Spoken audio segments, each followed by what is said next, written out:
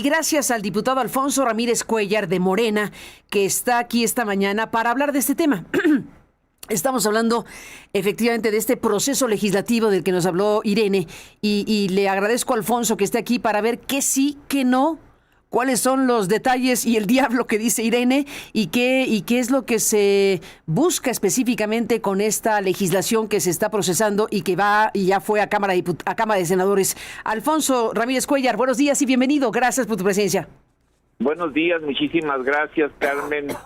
Pues sí, este tema tiene un antecedente que generó muchísima polémica cuando llegó la iniciativa en materia de telecomunicaciones a la Cámara de los Senadores, el famoso bloqueo de plataformas. Oye, pero detente aquí, Alfonso, ¿estás de acuerdo que había razón para ello? Porque la primera redacción estaba tan abierta que pues obviamente paró los pelos de punta. No era para menos, ¿o qué dices? Y por eso... ¿Das la razón a quien reaccionó así o no? Y por eso la rectificación ha sido muy profunda y la claridad con la que discutimos y aprobamos el Código Fiscal de la Federación, particularmente el artículo 30B, pues deja claro sin ninguna duda que la revisión en tiempo real de las plataformas de comercio electrónico es únicamente, y esta es la gran reforma, únicamente para la regulación fiscal. No tiene absolutamente otro motivo. Tenemos resoluciones de nuestro Poder Judicial de la Federación donde queda perfectamente claro que solo y únicamente la parte relacionada con ingresos y egresos son los que se fiscaliza por parte del Servicio de Administración Tributaria.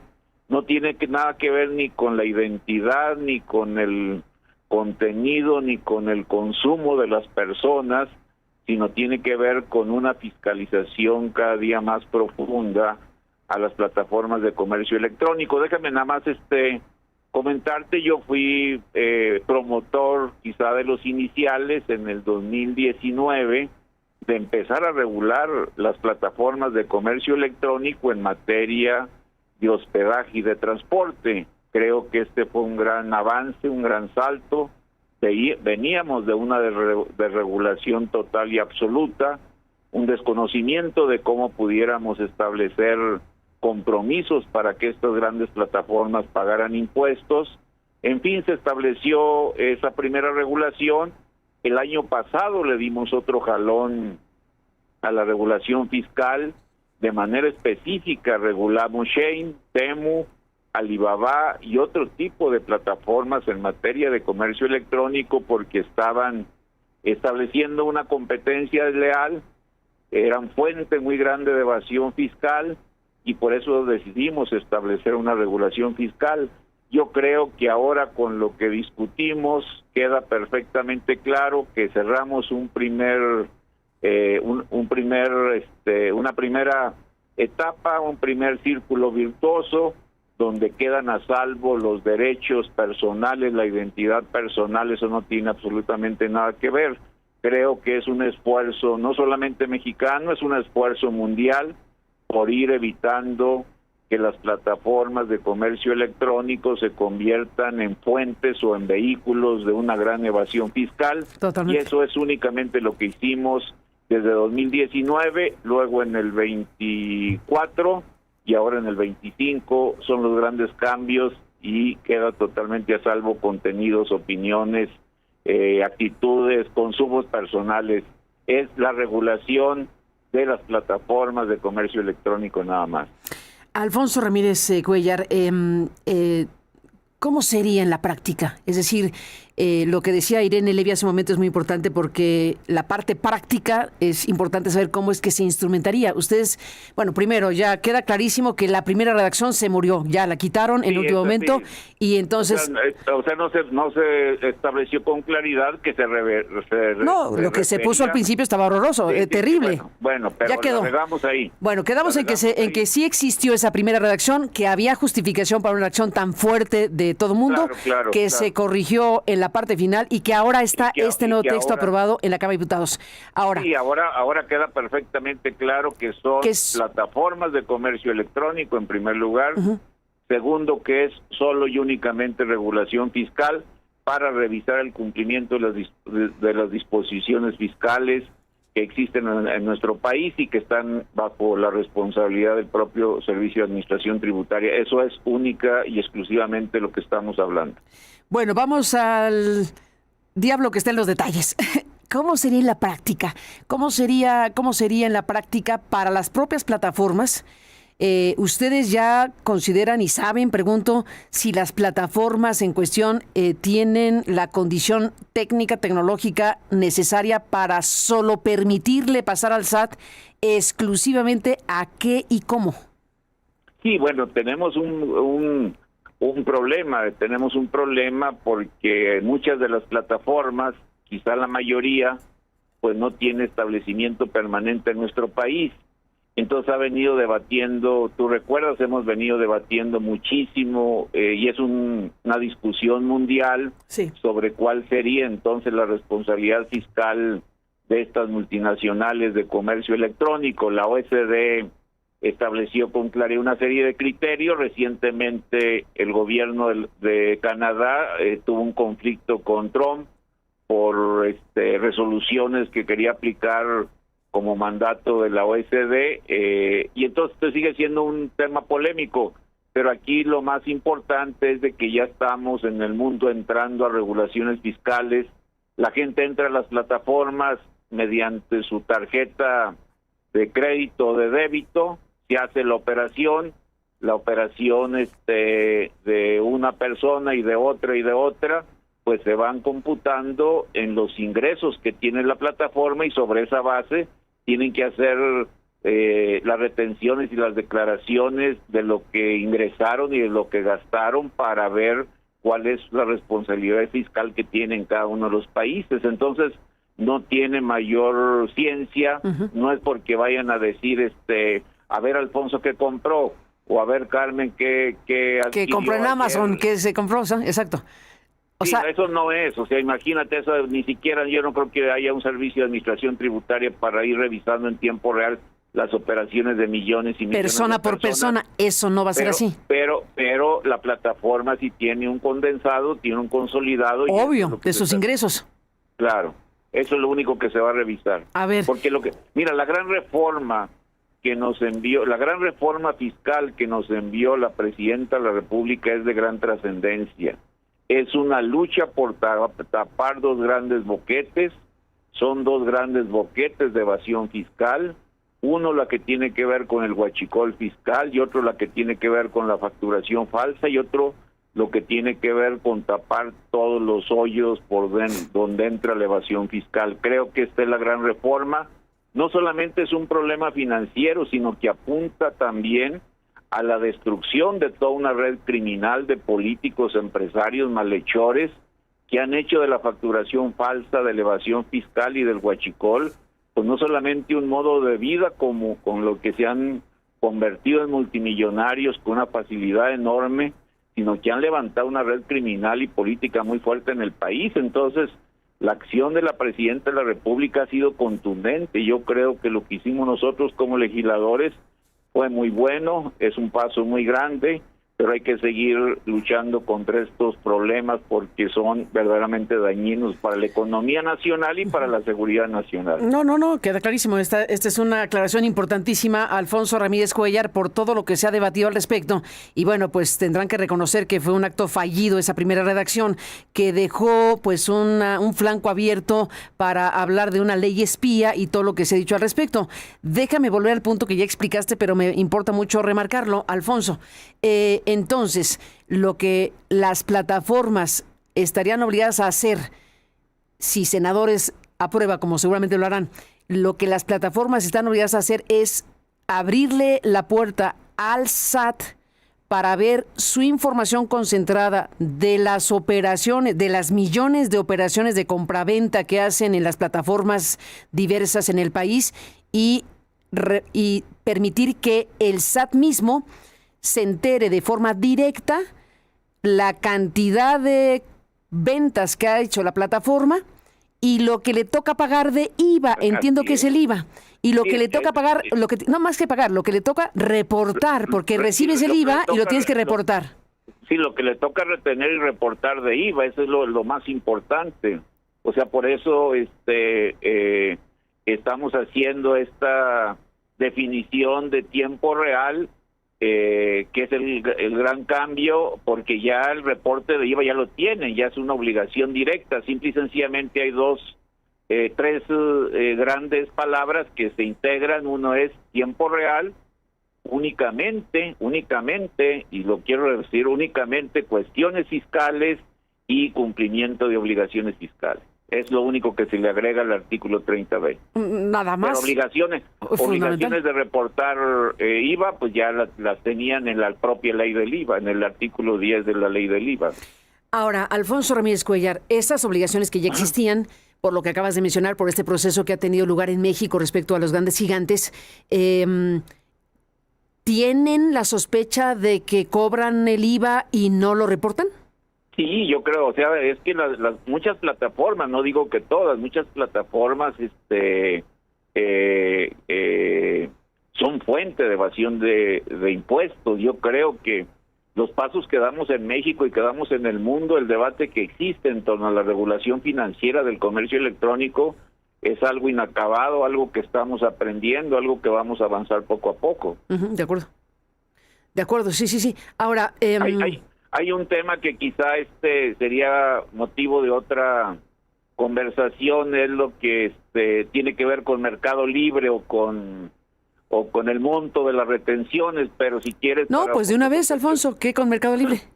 Sí, no, porque yo creo que Mercado Libre pues tiene un espacio mucho más segmentado hacia pequeños, micros, determinados negocios que tendría que tener un tratamiento especial, pero yo creo que ¿Pero por qué? Las disposiciones generales quedan a salvo y ya en todo caso sería un asunto de regulación precisa de la Secretaría de Hacienda. Oye, perdóname que no te entendí. ¿Por qué Mercado Libre diferente?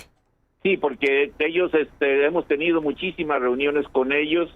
Ellos argumentan, y quizá sea así, de que ellos están más enfocados a la actividad de promoción de comercio entre micros, personas pequeñas y medianas, entonces que los montos de retención pueden ser perjudiciales, pero creo que la disposición general que hemos aprobado no los afecta. Oye, pero ¿qué tiene que ver si... Oye, perdón que te interrumpa, Alfonso Ramírez Cuéllar, pero ¿qué tendría que ver el tamaño si se supone que cualquiera que haga una transacción del tamaño que sea, pues pagas el IVA? Sí, es lo que ¿O cuál es el punto? Es lo que nosotros hemos comentado con ellos, pues, y yo creo que no habrá ningún problema y se aclarará todas las dudas. Todas las dudas. ¿Han tenido alguna reacción de los gigantes de las plataformas? Porque en todo caso, con lo que explicas, Alfonso Ramírez Cuéllar, que te aprecio muchísimo, lo hagas en este programa, queda claro que en ningún momento, lo subrayo y dime si me equivoco, en ningún momento el SAT podría pedirle a las plataformas nombre y apellido de ningún contribuyente desde ahí. No, pues no, imagínate, eso sería imposible. O sea, sería imposible, son millones y millones diarios los que comercian en las plataformas. No, eso estamos hablando, incluso yo te decía, o sea, donde a mí me ha tocado que hubo cierta tirantez fue el año pasado, particularmente con Shein. Ahí teníamos un problema muy serio, era una demanda también muy fuerte de la industria del calzado, de la industria textil. No, sí, la han devastado. Los llamados de minimis, o sea, porque ellos traían contenedores inmensos, pero paquetitos que les permitían no solamente no pagar IVA, sino exentar el pago de impuestos. Entonces yo creo que se ha avanzado poco a poco, pero con paso firme en la regulación de una estructura económica de la cual antes o hasta hace poco tuvimos conocimiento, pero creo que hemos avanzado a pasos firmes. La recaudación por este concepto está intensificándose, aumentando, y yo creo que es un ejemplo que hemos tomado de muchísimas partes del mundo y que ha sido motivo también de las discusiones en la OECD. Ahora, déjame detener a Alfonso Ramírez Cuéllar en este tema del tiempo real y de que se obligará, si el Senado aprueba todo esto, se obligará a las grandes plataformas, se obligará a permitir que el SAT entre tecnológicamente en tiempo real, sea el SAT el que entre y verifique el volumen de transacciones y verifique pues el IVA que tiene que entregar la plataforma en cuestión. Este asunto de tiempo real significa que el SAT se va a meter a las tripas en esa parte única respecto a el IVA de las plataformas. Ya se puede meter, pero ahorita lo que yo te decía, o sea, la ley del IVA ya lo faculta para meterse. Y luego entonces, sencillamente las tres cosas que yo te decía que le agregamos: tiempo real, únicamente para que no se sospeche o se vuelva a levantar la polémica en torno a que si era contenido, si era opiniones personales. Se le pone únicamente al 30B y se le refuerza con la otra frase que es cumplimiento de obligaciones fiscales. uh-huh. Pero ahorita el SAT puede meterse. Aquí lo único que metemos es tiempo real únicamente y obligaciones fiscales. Ahora, déjame ir a un punto adicional. Esto es para las plataformas. Esta decisión del SAT que se amplía con esta modificación legal, puede ser un precedente para que esta actuación del SAT respecto a otros contribuyentes de otro tipo de actividades empresariales. Podría ocurrir que el SAT en algún momento diga, y por cierto voy a hacer lo necesario para poder ingresar a los sistemas de otras empresas, de otros conglomerados. No, pues es que el SAT tiene facultades. El SAT tiene facultades para que cuando ve focos rojos lo pueda hacer. Y me parece a mí que en el caso de facturación falsa, si quieres otro día tocamos este tema para quedar unas cosas pendientes que para mí son muy graves, sí, como es gobiernos municipales, gobiernos estatales, sindicatos, que es una fuente de evasión y de facturación falsa muy grande, pero ese es otro tema. Yo creo que la lucha contra la evasión fiscal nos debe dar los instrumentos respetando la identidad y la privacidad de la persona y los derechos humanos. Nos debe dar la posibilidad de terminar con este flagelo. ¿Tienes idea o cálculo, Alfonso Ramírez Cuéllar, de los volúmenes de los que estamos hablando de transacciones en el comercio electrónico en México? Son millones y millones de personas que compran. No lo traigo, pero más o menos. No lo traigo, te mentiría ahorita, pero si quieres en otro momento pudiéramos conversar de este tema y de todos los cambios que le hicimos al Código Fiscal de la Federación, que sería, por cierto, muy bueno, que incluso la propia ley aduanera creo que no se ha visto la magnitud de la transformación que se hizo para combatir estos grandes boquetes de evasión fiscal. Es la gran reforma fiscal de estos primeros 2 años de la administración de la doctora Claudia. Nos falta más para lograr una progresividad mayor en nuestro sistema tributario y una mayor recaudación, pero hoy hemos dado, si lo aprueba el Senado, grandes pasos para evitar no solamente el boquete fiscal, sino para acabar con toda una red criminal que nos está afectando muchísimo y que tiene enorme poder y que poco a poco lo estamos combatiendo. Dejemos más adelante, si te parece, como dices, el tema de la facturación falsa, que es un gigante, pero sí te pido que, dado que la ley aduanera se aprobó también, ¿por qué no te detienes un poco más acá? Dejemos en este momento la aclaración hecha y explicación que nos das sobre lo que sí y lo que no ocurrió con el Código Fiscal y lo que sí y lo que no va a ocurrir con las plataformas y lo que acabas de explicar muy claramente. Déjame detener aquí en la ley aduanera. ¿Qué ocurrió con esta ley? ¿Qué tipo de modificaciones hay aquí? Mira, son básicamente 3 grandes transformaciones a la ley aduanera. Primero, una mayor corresponsabilidad entre la administración de las aduanas y también los agentes aduanales. Creo que tanto por un lado como por otro, la presencia de irregularidades estaba latente, estaba claro. Hoy se quita la perpetuidad o el carácter vitalicio de las patentes y autorizaciones. Se regula y para vigilar y actualizar muchísimo más el funcionamiento, el comportamiento, la conducta de los agentes aduanales. Entonces creo que los plazos que se establecieron, a mí me parecía que debían ser más cortos, pero finalmente así quedaron.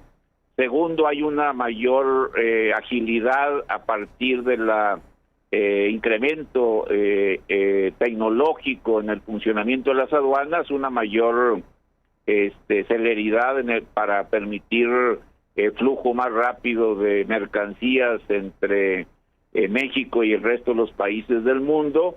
Y tercero, creo que se fortalece muchísimo el tema de la revisión de la fuerza que pueden tener los laboratorios, porque tenemos huachicol fiscal, pero tenemos huachicol de azúcar. O sea, hay una gran cantidad de introducción de azúcar que no paga arancel y que se disfraza con aditamentos alimenticios o con otro tipo de cosas.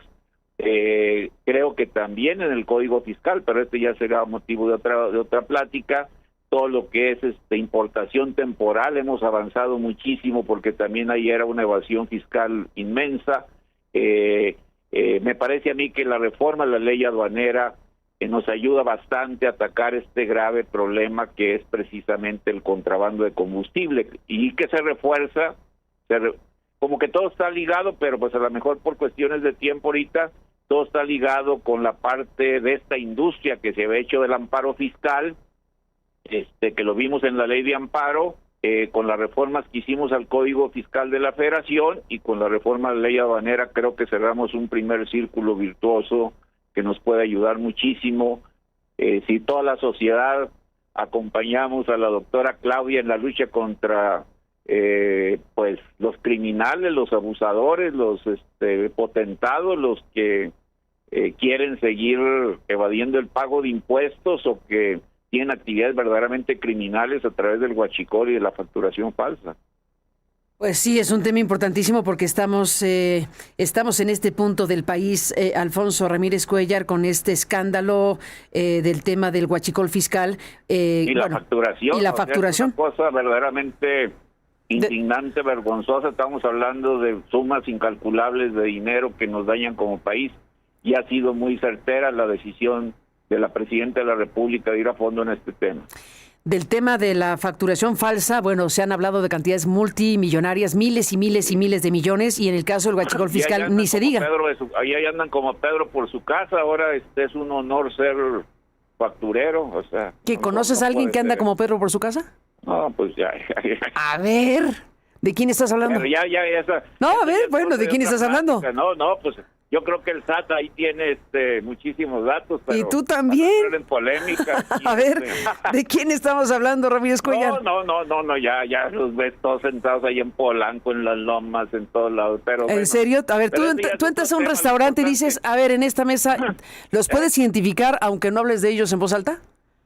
No, pues mejor ahorita vámonos por el Código Fiscal. Pues es que ese es el tema, porque al final de cuentas, si pueden hacerlo sin que pase nada, pues esta es una industria del crimen, del cuello blanco, pues, ¿no? La industria del...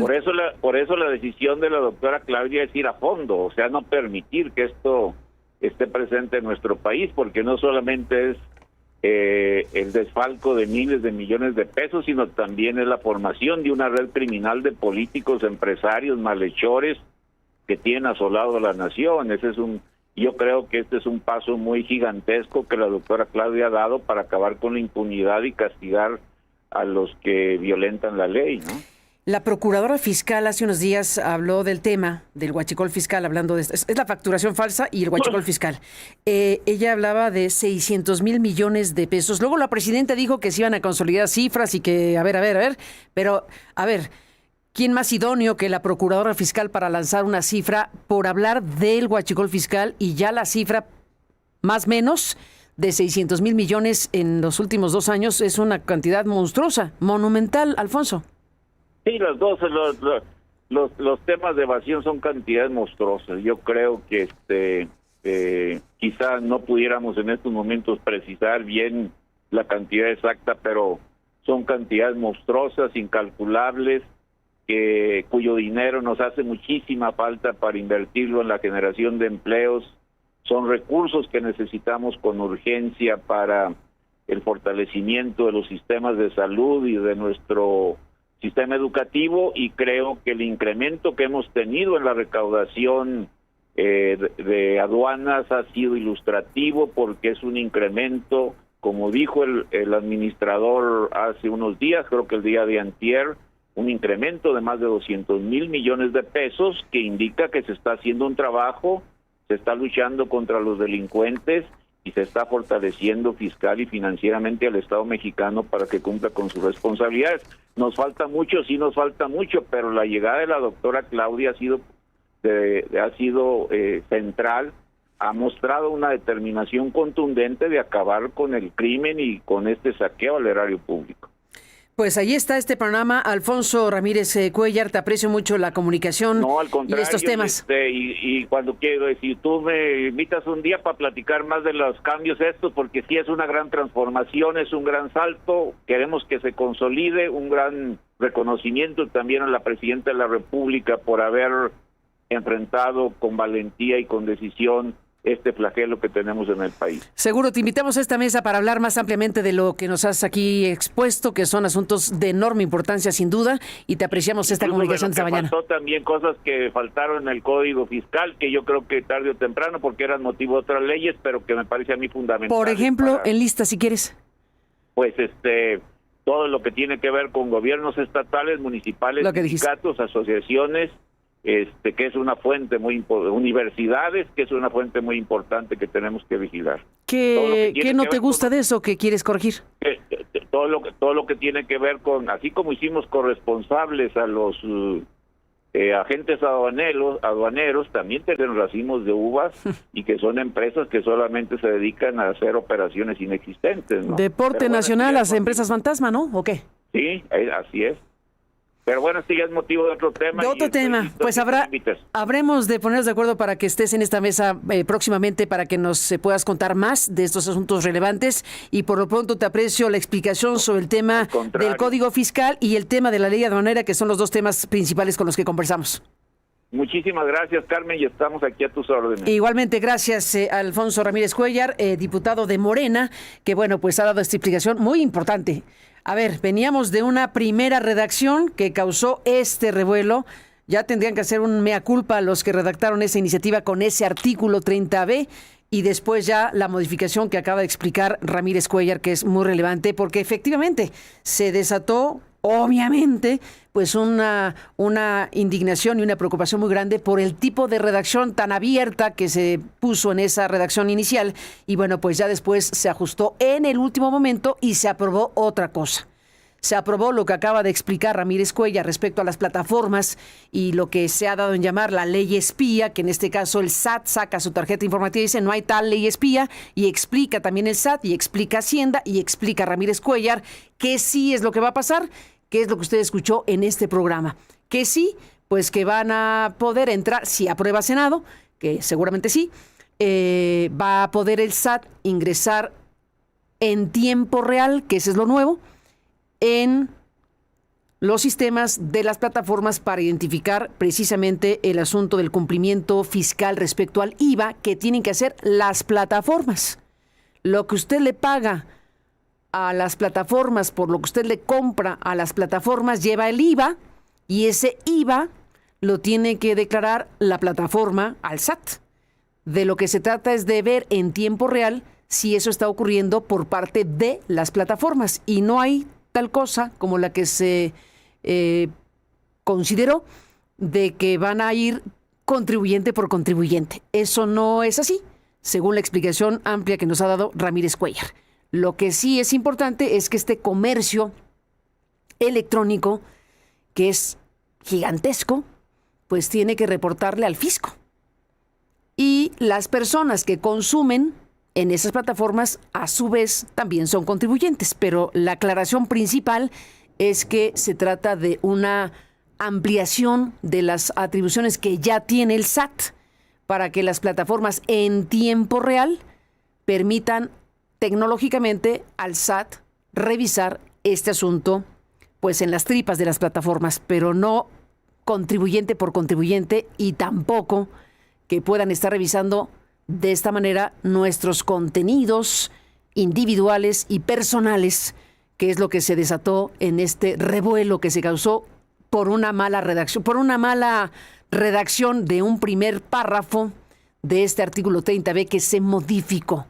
Pues para quien la redactó, para la próxima tienen que revisar antes de enviar, porque el revuelo que se causó ha generado realmente todo esto que ahora, hasta en la sección de las mentiras, lo ponen ahí cuando hay una responsabilidad original de que se desató una discusión social con motivo de una redacción original que sí fue modificada. Bueno, así están las cosas y así es la trama de este asunto del que hemos hablado ampliamente en este programa. Gracias a Ramírez Cuellar, por esa explicación. Gracias a Irene Levy, a su vez como especialista que también nos dio una explicación. Y gracias a Arturo Pueblita Fernández, que en la redacción original dio una explicación de algo que después se modificó, que es lo que aquí aclaramos también esta mañana.